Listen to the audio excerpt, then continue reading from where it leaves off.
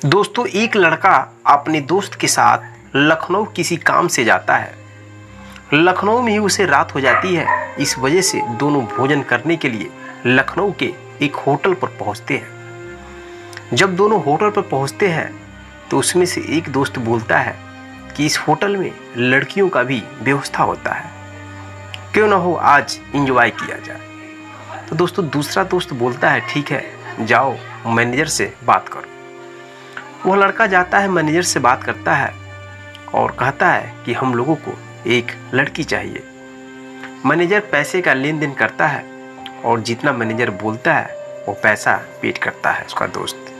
उधर उसका दूसरा दोस्त दारू लेकर आता है और मैनेजर के द्वारा बताए गए कमरे में दोनों चले जाते हैं। दोनों दारू पी रहे थे और लड़की का इंतजार कर रहे थे। कुछ समय के बाद वह लड़की आती है। जैसे ही दरवाजा खोलती है वैसे ही दोस्तों वह उसमें से एक दोस्त को देखकर वह औरत चकाचौंध हो जाती है और एक लड़का भी देखकर चकाचौंध हो जाता है। उसका नशा टूट जाता है, क्योंकि दोस्तों वह दोनों और कोई नहीं, तलाकशुदा पति और पत्नी थे, जो 15 साल पहले उन दोनों का तलाक हो गया था। इसके बाद दोस्तों कहानी क्या होती है, इसको सुनने के बाद आपको बहुत बड़ी सीख मिलेगी। यह एक पारिवारिक कहानी है। जो औरत है उस धंधे में कैसे चली जाती है। वो बहुत अच्छी औरत थी, लेकिन एकमात्र गलती की वजह से वह उस धंधे में चली जाती है। इस कहानी को सुनने के बाद अगर आपके साथ होने वाली ऐसी घटना है तो आप इस घटना से बच सकते हैं कहानी को सुन करके। चलिए दोस्तों कहानी की शुरुआत करते हैं। मेरे दोस्तों, विनोद नाम का एक लड़का होता है जिसकी शादी सावित्री नाम की एक लड़की से होती है। शादी हुए अभी मात्र 4 महीने हुए होते हैं, तभी विनोद के घर में आग लग जाती है। आग लगने के बाद उसके घर में सभी वस्तुएं जल जाती हैं और उस विनोद के माँ बाप भी उस आग की चपेट में आ जाते हैं। दोनों जल जाते हैं, दवा कराया जाता है, लेकिन दोस्तों विनोद के माँ बाप नहीं बच पाते हैं। वह लोग दोनों एक ही साथ इस दुनिया को छोड़कर चले जाते हैं। विनोद की हालत बहुत ही खराब हो जाती है। अभी शादी किए 4-5 महीने हुए थे, इधर उसका घर जल जाता है, पैसे की बहुत प्रॉब्लम आ जाती है, रहने के लिए घर नहीं होता है।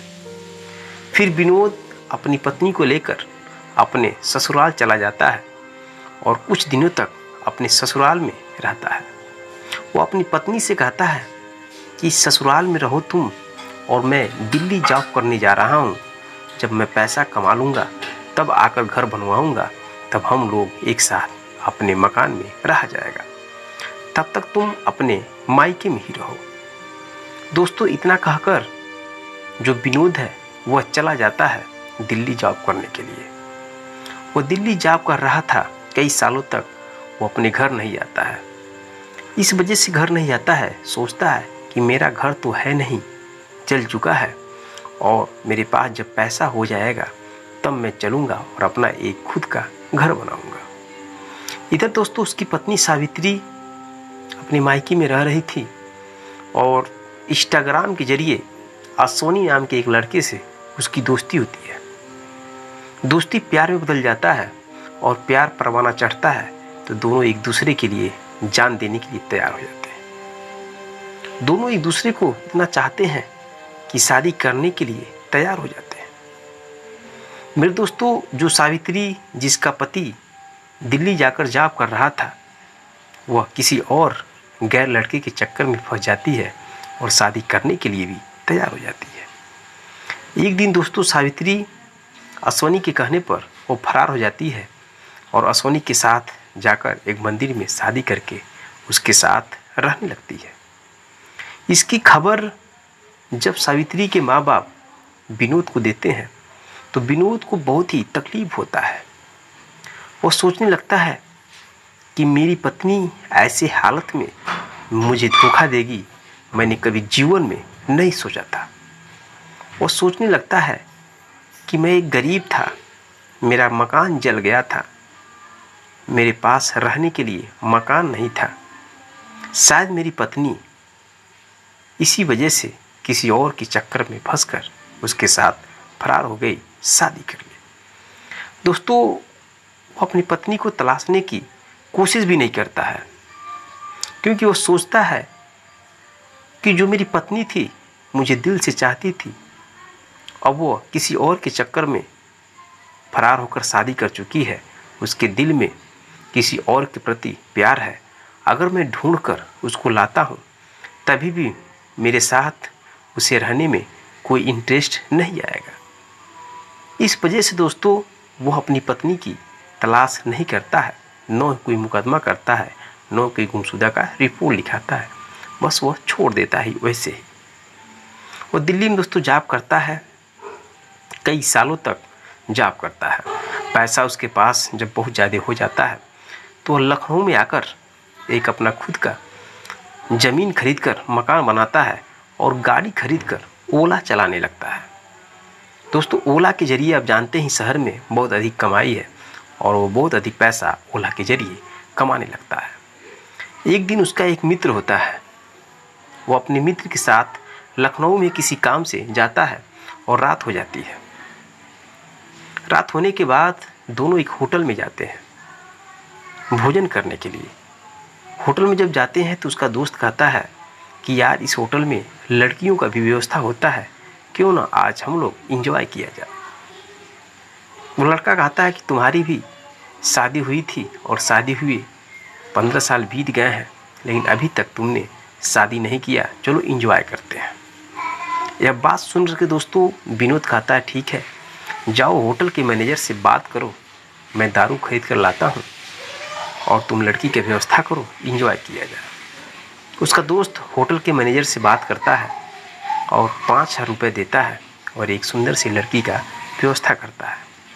होटल मैनेजर बोलता है ठीक है, आप बताए गए कमरे में जाइए और उस कमरे में 20 मिनट के बाद एक लड़की आपको उपलब्ध करा दिया जाएगा। दोस्तों, दोस्त जाता है विनोद को लेकर के और कमरे में चले जाते हैं। दोनों दारू पीने लगते हैं, अपना मूड बनाते हैं। तभी 20 मिनट के बाद एक लड़की उस रूम में जाती है। जैसे वो रूम में जाती है वैसे विनोद और वो लड़की एक दूसरे को देखते ही रह जाते हैं। विनोद दारू पिया था, लेकिन उसका नशा बिल्कुल टूट गया उस लड़की को देखकर, क्योंकि दोस्तों वो लड़की और कोई नहीं, उसकी तलाकशुदा पत्नी थी, जिसका 15 साल पहले तलाक हो गया था। जब विनोद देखता है उसे तो कहता है, अरे सावित्री, तुम यहाँ पे क्या कर रही हो? इस धंधे में तुम कैसे आ गई? मैंने सुना था तुम जिसके साथ भागी थी, जो तुम्हारा दोस्त था इंस्टाग्राम वाला, वो बहुत अच्छा था। दोस्तों, ये शब्द सुनकर के सावित्री रोने लगती है। सावित्री कहती है कि आप नहीं जानेंगे मेरे साथ जीवन में क्या क्या घटना घटी है। विनोद कहता है, तुम्हारे साथ ऐसा कैसे हो गया? दोस्तों, सावित्री पहले बहुत अधिक रोती है। रोने के बाद वह कहती है कि जब आप दिल्ली चले गए तो मैं अपने मायके में रह रही थी। इंस्टाग्राम के जरिए अश्वनी नाम के लड़के से मुझे प्यार हो जाता है और मैं भागकर अश्वनी से शादी करके उसके साथ रहने लगी थी, लेकिन अश्वनी ने मुझे धोखा दिया। वह 4 महीने तक मेरे साथ मेरे जिस्म के साथ खेला।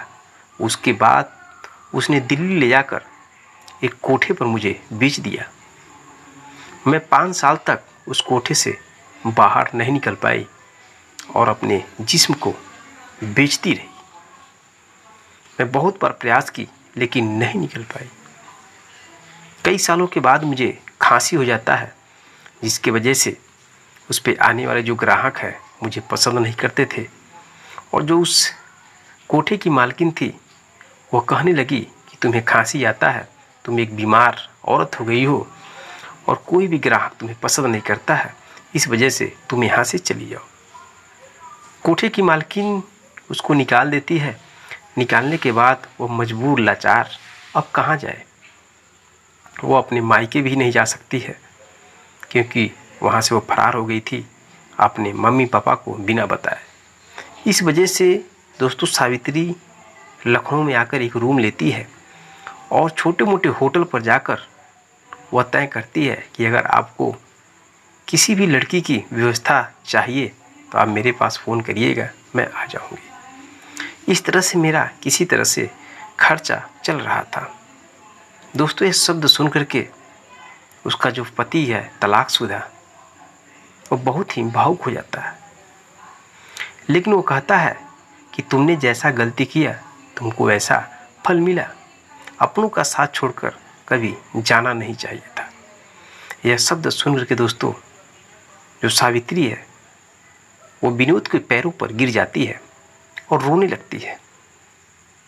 कहती है मुझे माफ़ कर दीजिए, मुझसे बहुत बड़ी गलती हो गई।